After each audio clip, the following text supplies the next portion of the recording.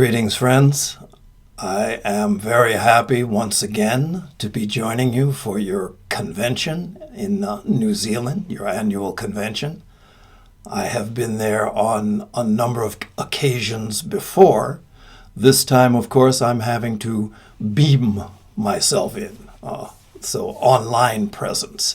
I do regret not being able to be there with you physically, because it does seem that due to whatever it is that you have done in New Zealand, you are one of the only places on the entire planet where a gathering such as this would be possible physically.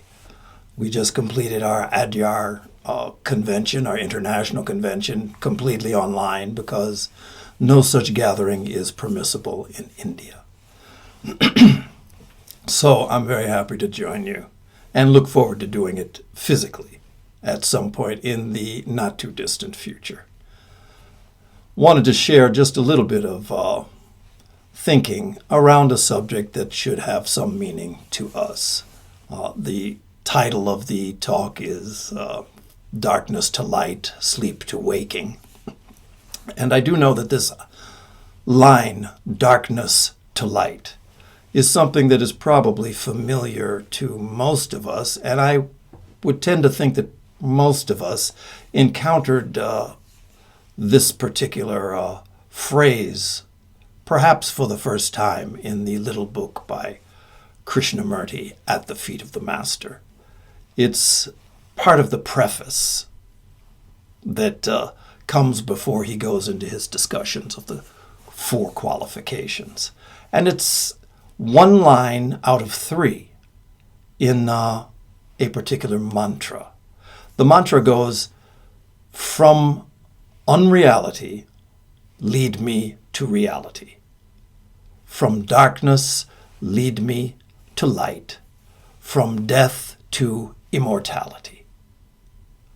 It's an ancient mantra in the Indian tradition that comes from one of the Upanishads, and it's called the Pavamana mantra. Pavamana basically is a word that means being purified. And so this is a mantra that talks about the movement from one state of being to another. And the three specific things that are outlined are from unreality to reality, from darkness to light, from death and dying to immortality, to everlasting life. And so the assumption in such a mantra is that the movement required for us, that we are in a condition of living in the unreal, of living in darkness, of continually linked to a process of repetitive birth and dying, and that the desire is for a movement from that. That part is clear in this mantra. But there's another part of it that I think we'd like to examine just a little bit before we go into other aspects. The mantra specifically says, lead me from unreality to reality, darkness to light. Lead me in this process of purification that the mantra speaks of. The request is made that we be led. And so a couple of questions should possibly arise in our minds about such a statement. First of all, are we leadable? Are we fit to be led in this process of purifying? There's that old expression that you can lead a horse to water, but you cannot make him drink. This is one of the things that we encounter in our nature. But if we're going to be led toward purity, we would do very well to think in terms of what is purity. Anytime we begin a journey in any direction, We set our destination and then we start to take a step toward it. Although nowadays, probably more often we're driving or flying perhaps. But any journey that we make, we move in the direction of our destination. And, with a long journey, such as the one from unreality to reality, a little bit of a step in the wrong direction at the beginning. As we get farther down the line, we'll find ourselves very, very far removed from the direction we wanted to go in. So a little bit of thought at the outset in what does purity mean? And I do believe that for many of us, particularly within the theosophical tradition, that oftentimes we have something of a mistaken conception of what constitutes purity. And I do believe that for many of us, we think in terms of behaviors as characteristics that demonstrate a state of purity. So, from our tradition, where ahimsa is non-harm to other beings, is such an important marker, we think in terms of vegetarianism. So if a person is vegetarian, non-smoker, if you're vegan, perhaps you're even more pure than just a regular vegetarian. Very often we have people who are very deeply versed in the words related to the ageless wisdom teachings. So that sometimes we take as a sign of purity, a knowledge of a particular type. We have people who engage in religious or spiritually oriented rituals, people who wear certain forms of clothing, and very often we associate these behaviors with the attainment of some state of inner purity. We judge the inside by the outside, which I think is a mistake. Oftentimes, these things are, in fact, linked to a person who is pure within their consciousness, but oftentimes it's just yet another behavior.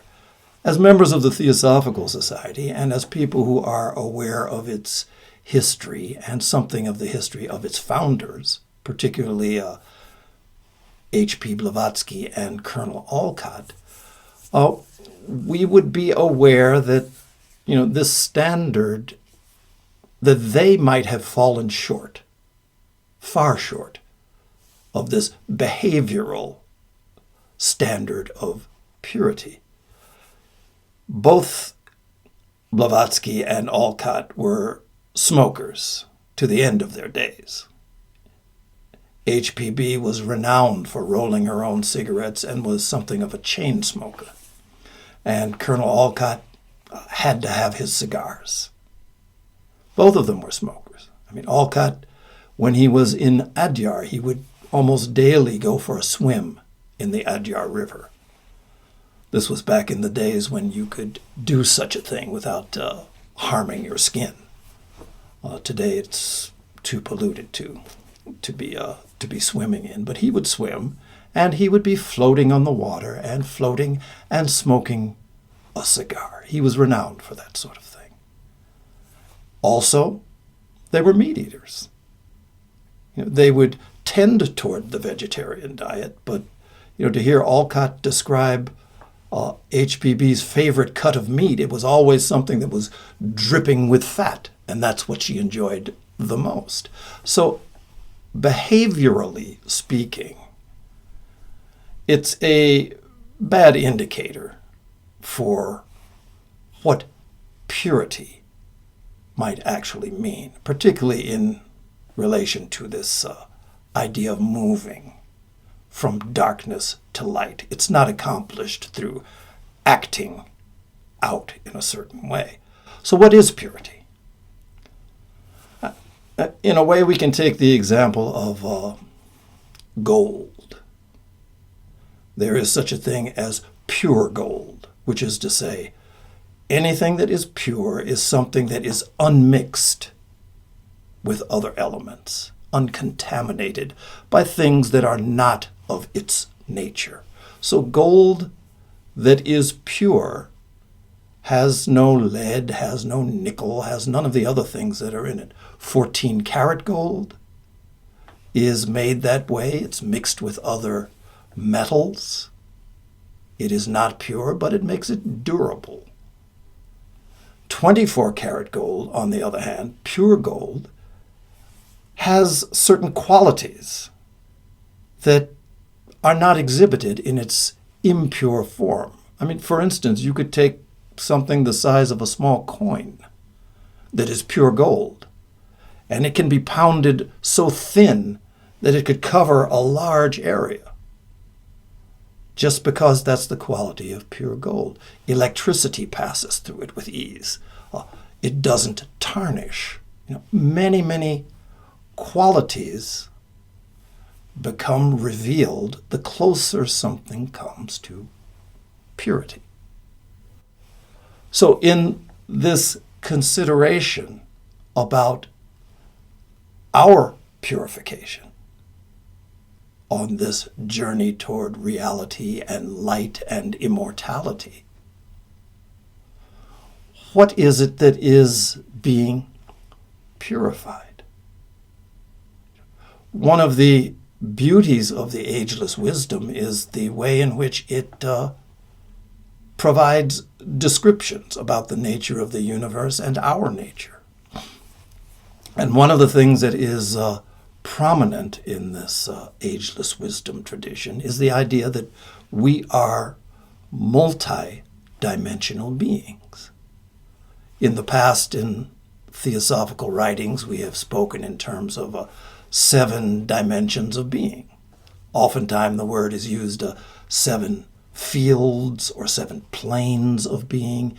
Even the idea has been used that we have 7 bodies, used in a descriptive or figurative form, although I think it's often very misleading. But there are 7 dimensions within which we function, from the physical up to the highest spirit.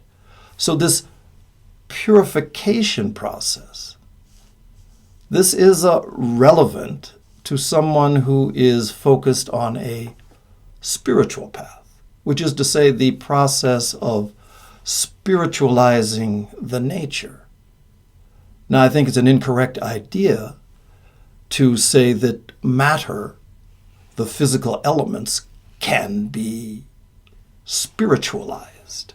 I think that's maybe just a little bit loose with the language, although the idea is that the process of spiritualizing, the process of purifying our nature, involves the replacement of those materials that constitute the various vehicles of our being, so that materials that are unresponsive to spirit are supplanted by those which respond to spiritual impulse. And so the idea that in the health movements around the world, there is this idea that you are what you eat. So with the physical body, if you eat junk, your body has various problems and it doesn't function at its highest level. If you eat ever more purified foods, and in this case, foods that require perhaps less harm, foods that combine well with the body, the nature of your body, then we become more receptive to the flow of the energies within the physical body. And similarly with the emotions. All of the what are described as coarse emotions, or in Buddhism they speak in terms of various sorts of degraded emotions that work against our purification. The lusts, the angers, the greeds that are emphasized so very often, are impure in the sense that for someone whose direction is the spiritualizing of the nature, the continual involvement in emotional behavior that roots us into the distractions of attachment to the material realm, are things that work against us. So from the spiritual point of view, it's impure. Similarly with thoughts. There is a range of thoughts that lead us ever closer to some sort of perception of what might be described as divinity, the divine. And so purity is the state of being unmixed, unalloyed. And so this is something that is the direction in which we find ourselves moving in this purification process as we think about what is purity. So, another question that might arise from this idea of asking to be led, when we say, lead me from unreality to reality, who is it that we are asking to lead? Who or what is it that we are asking to be this leading influence? Are we talking about a person? Is it a master? A god? God? Who is it that is leading? We're following the leader. Who's the leader that we are following? H.P.B., who was a very strong-willed person, anybody who wrote anything or had an encounter in meeting her would recognize, and it's continually stated about how strong her will was. But she made the statement that there are two voices which she obeys. And the first of those voices that she said she was obedient to was the voice of her master. And of course, she was quite well known for being an instrument in bringing her master's teachings and the teachings of this spiritual hierarchy into the world. So her master's voice she would obey. And the second voice that she said she would always obey was the voice of her higher self. So this higher self, which is not, HPB makes the point in various places that even to say the term my higher self, while we understand what we're talking about, that there's a certain degree of inappropriateness in that, in the sense that it is not personal in any way. This higher self is that oversoul, you could say, out of which all individual souls emanate. It is the source, the ever-present source of the universal consciousness.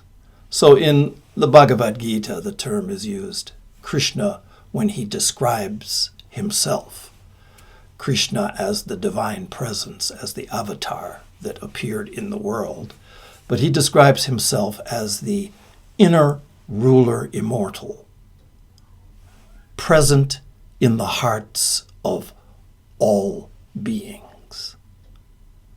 So not personal to anyone, but still the consciousness that brings personalities into being, the consciousness that pervades the personality, but only in the sense that it is limited by that personality. it is never fully able to express.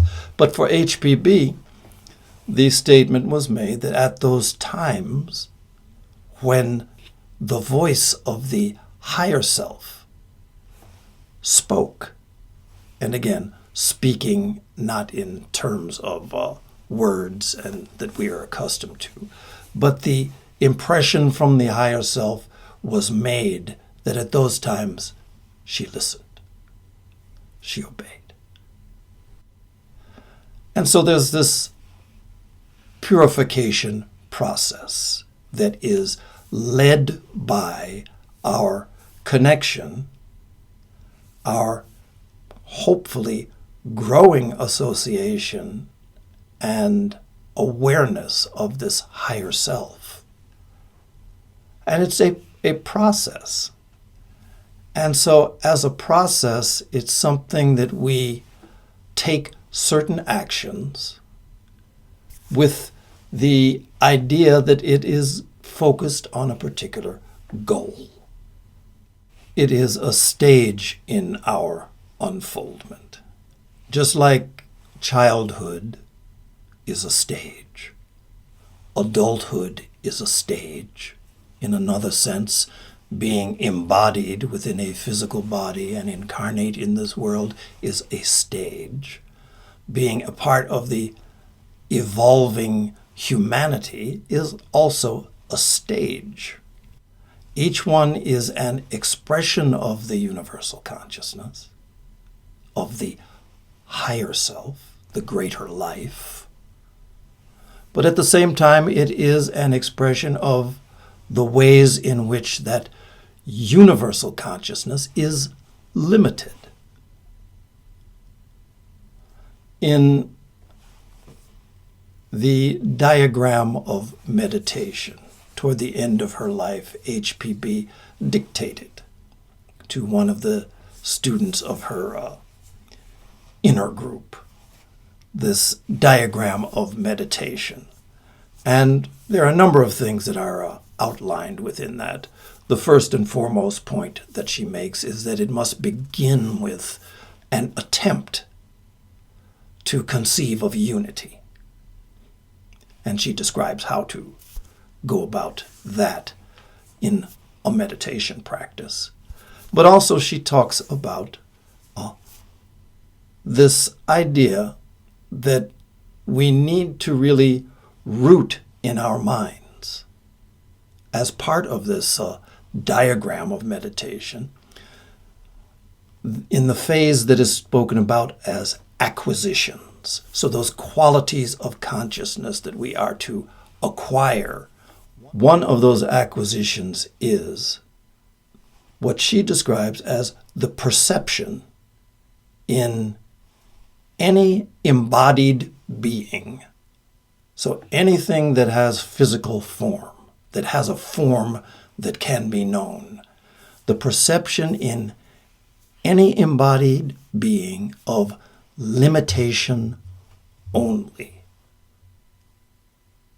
This is one of the qualities that she describes, qualities of consciousness that will move us in the direction of reality, in the direction of a perception of unity. The idea that anything that we see, anything that we engage in, anything that has an embodiment of any sort is an expression of the limitation of the universal consciousness. It's an abstract idea, but she presents it as a powerful tool in this purification process. So in this Pavamana mantra, lead me is an inner request, an inner invocation for a higher guidance than our personality can provide. So we are leaning, in the words of the Christian hymn, leaning on the everlasting arm of the divine to move us from unreality to reality and so forth. So What is not a part of that mantra is the aspect of moving from sleep to waking. It's inherent in it, but it's not pronounced. And this is where the process falls to us, on the side of the cultivation of the personality through the personal will. Because unreality, light, immortality are not subject to our will. So we have no control over that aspect of the process. But sleep and awakening, those are things which fall to us.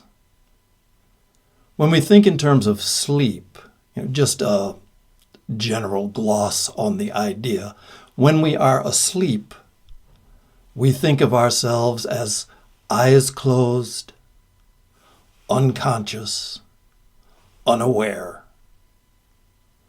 And that's what we tend to think of when we talk about sleep.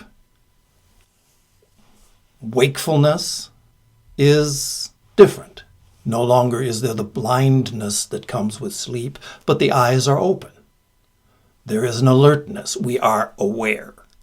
So this is just in terms of the process that we normally describe as sleeping and waking. When we speak about the cultivation of consciousness and its unfoldment, the same idea holds true. You have the example of the life of the Buddha. So before he was the Buddha, he was Prince Siddhartha in search of enlightenment. But at a certain point, he had the experience where all of the certain barriers that are erected in the course of a normal series of lives dropped away, and this inner ruler immortal, this Buddha nature, was fully revealed and became fully active. And the way the story goes, previously he had been involved in a variety of ascetic practices. And there was a group of 5 fellow practitioners, and they were deeply ascetic, denying the body, denying all sorts of, creating conditions of physical discomfort in order to move beyond the material body. These are practices he was most deeply engaged in, to the point of almost dying. But when he became the Buddha, when he has his experience of enlightenment, the way it's described, he was returning from where he had sat underneath the Bo tree, the Bodhi tree. And his previous companions in practice, these 5 practitioners, saw him coming. But they couldn't make out who it was that was coming because the light around him was so brilliant that they couldn't see his form. And so they asked to this approaching being, the one who they had known in one form but couldn't perceive in this new form, they asked him, who are you? Are you a deva, which is to say an angelic being? Are you a god? And his response to them was very telling, because he responded that, no, I'm not a deva. No, I am not a god. I am awake. Simply put, I am awake. And so awakened from what?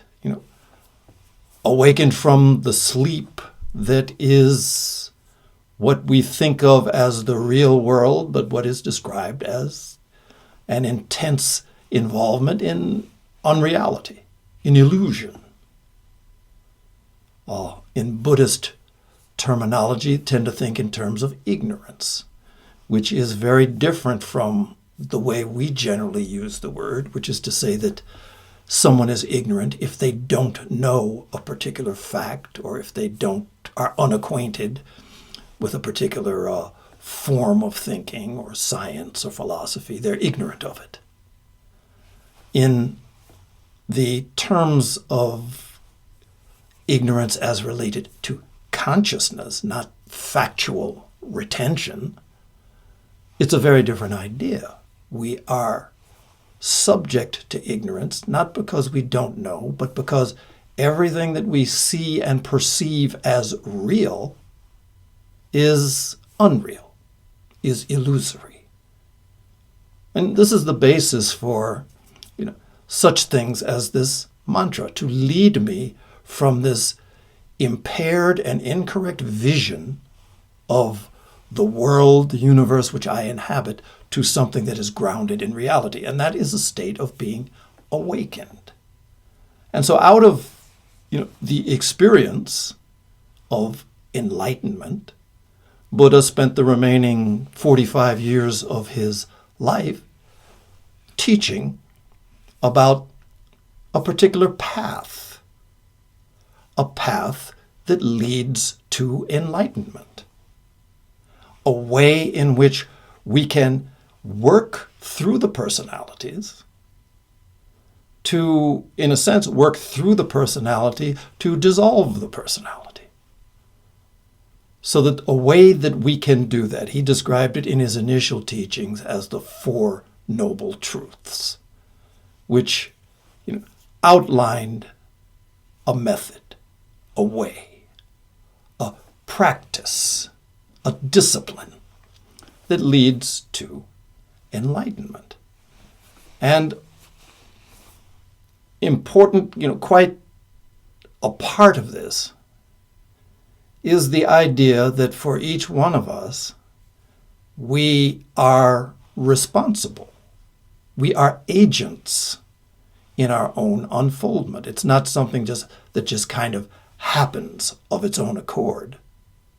We can take that route, in which case we find ourselves completely subject to the whims of nature. But if one is to address themselves to a path such as was described by the Buddha or the Christ or Krishna, then we become active agents in actually making choices.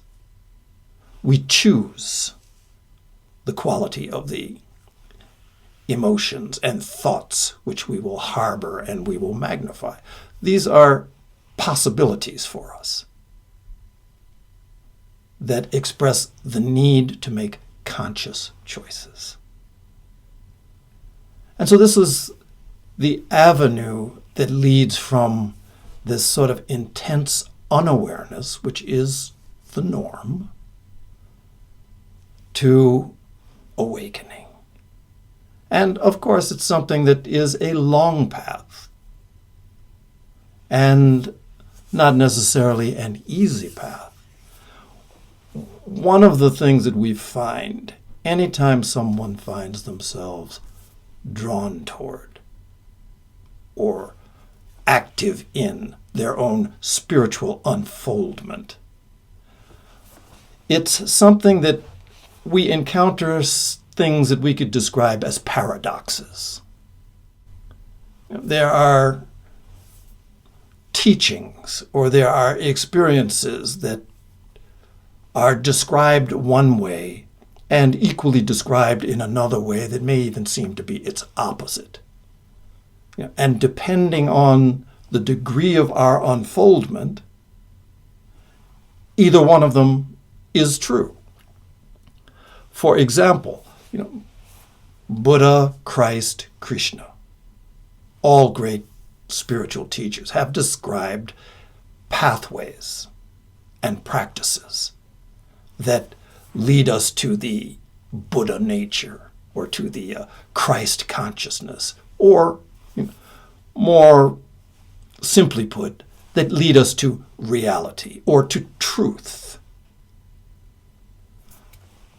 H.P. Blavatsky made the statement about this pathway in saying that there is a road, steep and thorny, that leads to truth.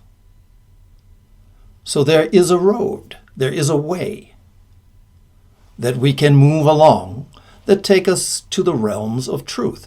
On the other hand, You have someone like a J. Krishnamurti, who made the statement that truth is a pathless land. A seeming paradox. So there is a road that leads to truth, but truth itself is a pathless land. Both things are true. In the theosophical way of expressing, there is the motto of the Theosophical Society, which says that there is no religion higher than truth. That's the way that it's generally translated. But the actual expression is there is no dharma higher than truth. Dharma can mean religion, but dharma also means anything that is composed of a variety of elements. Dharma, science could be a dharma. Philosophy is a particular dharma. Religion is certainly a dharma. All of these things are approaches, pathways, but none of them are higher than the thing that they are pathways toward. In some traditions, they speak in terms of these dharmas or these pathways or these spiritual traditions as fingers pointing toward the moon. And to the extent that we become obsessed with the finger, the purpose of the pointing eludes us. The example sometimes given is that to cross a river, a boat is a very useful thing. But once we have come to the other shore, then it becomes something that's quite useless or burdensome or distracting if we choose to carry it around once we have reached the farther shore. So these are just examples that relate to this particular paradox of the spiritual life. There are many other ways, things that we run into in terms of the paradoxical nature of the spiritual path. In the theosophical approach to this path, there is a specific approach to practice that is advised. Although there are many forms of meditation and many specifics that could be adopted according to our temperaments, the overriding idea is that it is a threefold practice of study, meditation, and service. In terms of our study, we have to introduce ourselves to a different quality of information than what we are generally accustomed to. Just the normal sort of a barrage of news reports and weather reports and what's happening with the stock market. And that level of information is of a different quality than the information that forms the conceptual basis of the ageless wisdom. The problem comes in when somehow we build up the expectation that information or knowledge is in and of itself transformative. Information does not transform. There is another influence, a higher component that actually is involved in this process of transformation. While information does not transform, inspiration, in fact, is transformative. And by inspiration, we can't make the mistake of thinking in terms of a emotional uplift or motivational speech. These are things that have an emotional quality, that have a very temporary sort of quality. They can be helpful, but this isn't really what we're talking about when we speak about the inspiration that has the capacity to transform. So some understanding of what we mean when we say to inspire can really be found in the word itself. Inspire is based in the word spiritus, spirit. So the incoming, the inflow of spirit, also thought of in terms of the breath or the animating presence within all things. So we are inspired when the barriers to the flow of this inner presence that is omnipresent, when those barriers are removed, either through circumstance or through long-term personal effort. These things occur. The poet Robert Browning spoke in terms of the imprisoned splendor, this higher self or this universal consciousness, and that to know consists rather in opening up a way for the imprisoned splendor to escape than it does in effecting some means for a light to come in from outside. He said it poetically. But the idea is that always present, but generally confined and constricted, is this imprisoned splendor.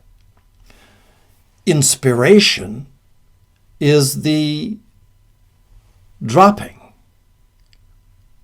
of the barriers to the flow of this inner splendor. There's an example. The poet William Butler Yeats expresses this idea very beautifully in a poem, very short poem, very simple. But he expresses it not only the idea, but it's a very clear description of an actual experience. In his poem, he says, "My 50th year had come and gone. I sat a solitary man in a London coffee shop, an open book, an empty cup upon the marble tabletop, while on the shop and street I gazed. My body of a sudden blazed, and 20 minutes, more or less, it seemed so great my happiness that I was blessed and could bless." A beautiful description of an experience of 20 minutes of inspired living and of the consequences that result from that. The sense of the capacity for healing, which healing at its root is a connection with a source that necessarily connects us with all others. And by that source we are healed, and by that source we are linked one to another. How is it that we can practice inspiration? One of the issues is that it is not something that is directly under our control. We seem to have moments of upliftment and inspiration at unlikely times and unpredictable moments. So how is it that we can actually think in terms of practice in relation to inspiration? There's this expression that in talking about enlightenment, we talk about the path to enlightenment, and we think of it almost as if it's some sort of formula, that if I do A and B, then, gradually there will come a moment when enlightenment is given to me. I will experience it if I follow the formula. Of course, it doesn't really work that way. These formulas and these guides that are given with the idea that it will put us in the neighborhood of truth, of enlightenment. There's an expression that goes, enlightenment is an accident. But spiritual practice makes us accident prone. It is not something that is formulaic, but it is something that becomes the nature of our ongoing and repeating experience as we deepen in our practice. So how can we practice placing ourselves in inspiration's way, in its pathway, making ourselves more accident prone to enlightenment? And probably, for our purposes here, let me just talk briefly about 3 things. You could say 4, because with all of these things, the basic element that is a requirement is a sense of inner quiet. Again, this is something that we cultivate along the way through our practice of meditation, through our practice of prayer, of centering. So in a quieted state, exposing ourselves to nature is one of the ways in which inspiration can have access to us. The energetic patterns that we normally are exposed to, most people living in urban centers, are largely, almost exclusively, man-made. Night and day is blurred. We are exposed to all sorts of electromagnetic radiation and the varieties of things, that go along with media consumption and electric, our plugging into electronic control of our environments. So exposure to nature places us in the presence of very stable patterns of energy. It places us in the presence of different forms of intelligence, of a hidden life that is working along very stable sorts of patterns. It's no accident that when you study the literature related to mystical experience, that the vast majority of mystical experiences that people report about occur in nature. The discordant and fragmenting patterns of human creation tend to be quieted in that environment. So this is one way that can introduce us to the experience of inspiration. Another way is to place ourselves in the presence of people who are themselves inspired, or to place ourselves within the company of others who are committed to this pathway that leads toward inspiration. One of the ways it is described in Indian spirituality is Sangha.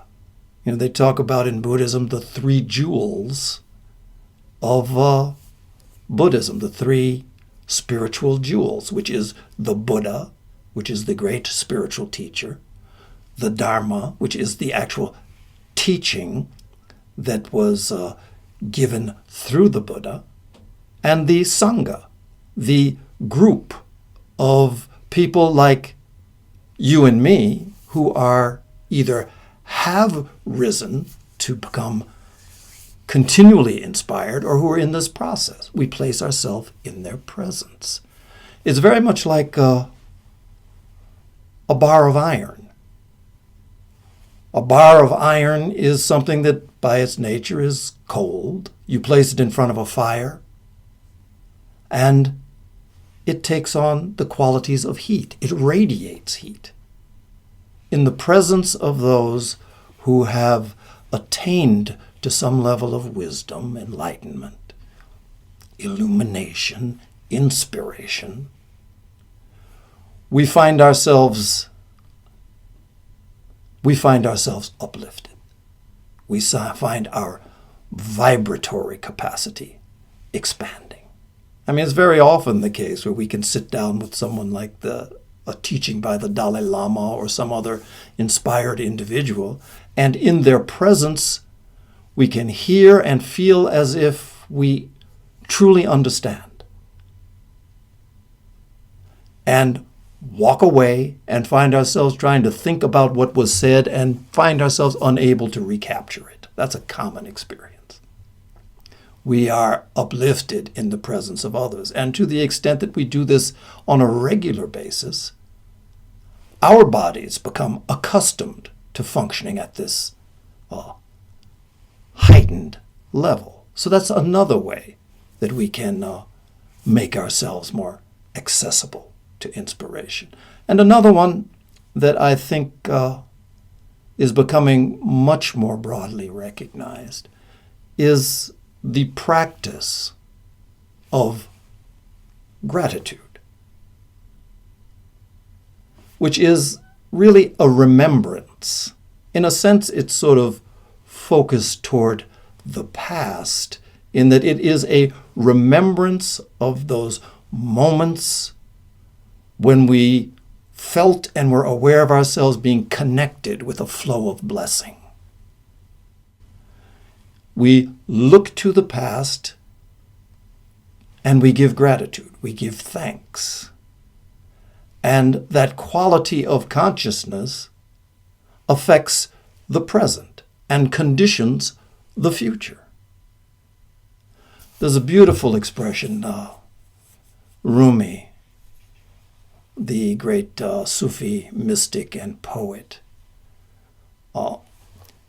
He has many things to say along this line, but there was one thing he said, that for 60 years, at this point he was 60 years old, for 60 years, I have been forgetful every minute, but not for 1 second has this flowing toward me ever stopped or ceased.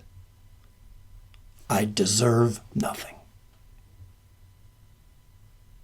It's a beautiful expression of an awareness of this abiding source that sustains every aspect of our living, even when we are living in a darkened state.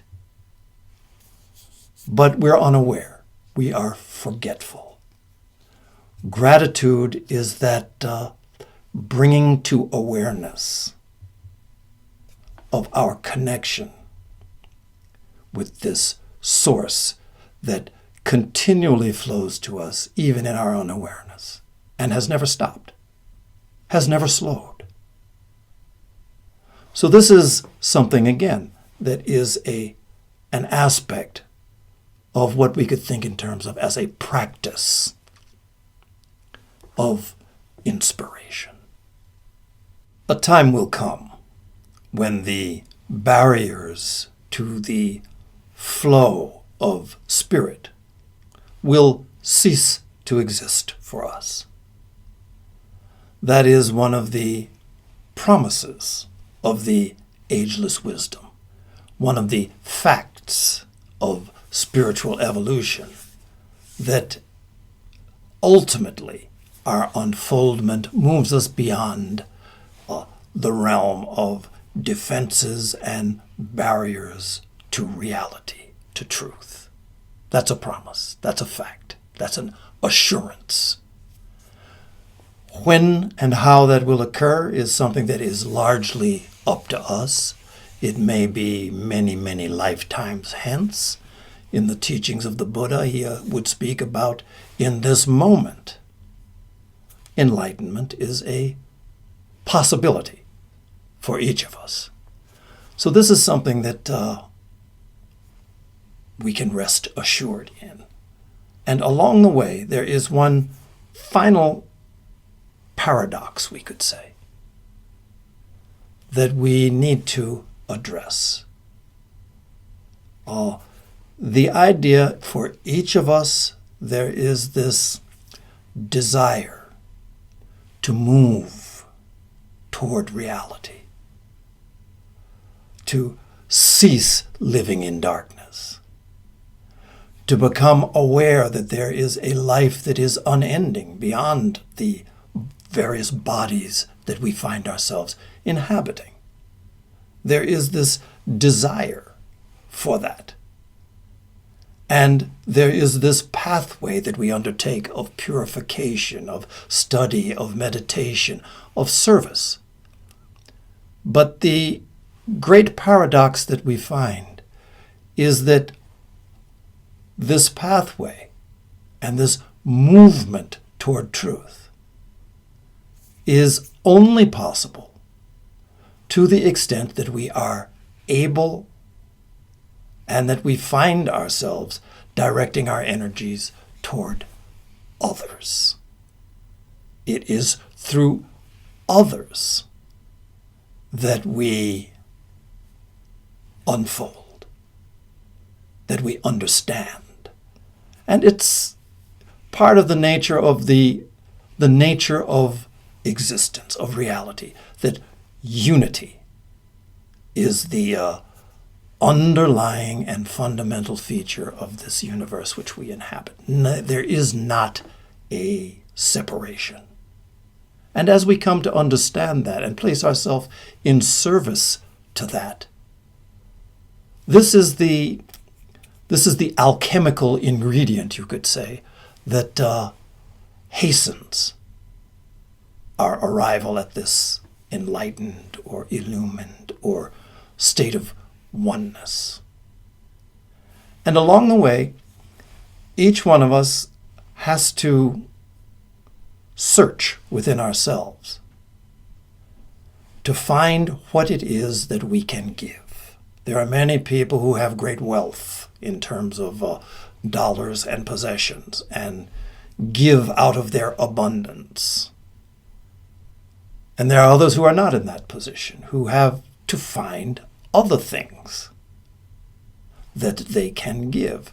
In one of the spiritual traditions of the Middle East, there's a story about the woman, the very poor woman, who heard that the master would be coming by her area, and she wanted to give something to her. But being so very poor, there was nothing that came immediately to mind, and she asks herself the question, what have I in my house that I can give? And really, this is the question that we ask to ourselves. What is it within the house of my consciousness, within the qualities of my mind, within the capacities that I have developed within my body, and the skills that I have to give? For a number of years, I found myself working in hospice as a volunteer. And part of what, there were doctors, there were social workers, and then there were people who would sit with those people who are dying. And that would be a realm where many, many things would come up. And very often, one of the things that is overlooked, the focus of hospice care goes toward the one who is passing.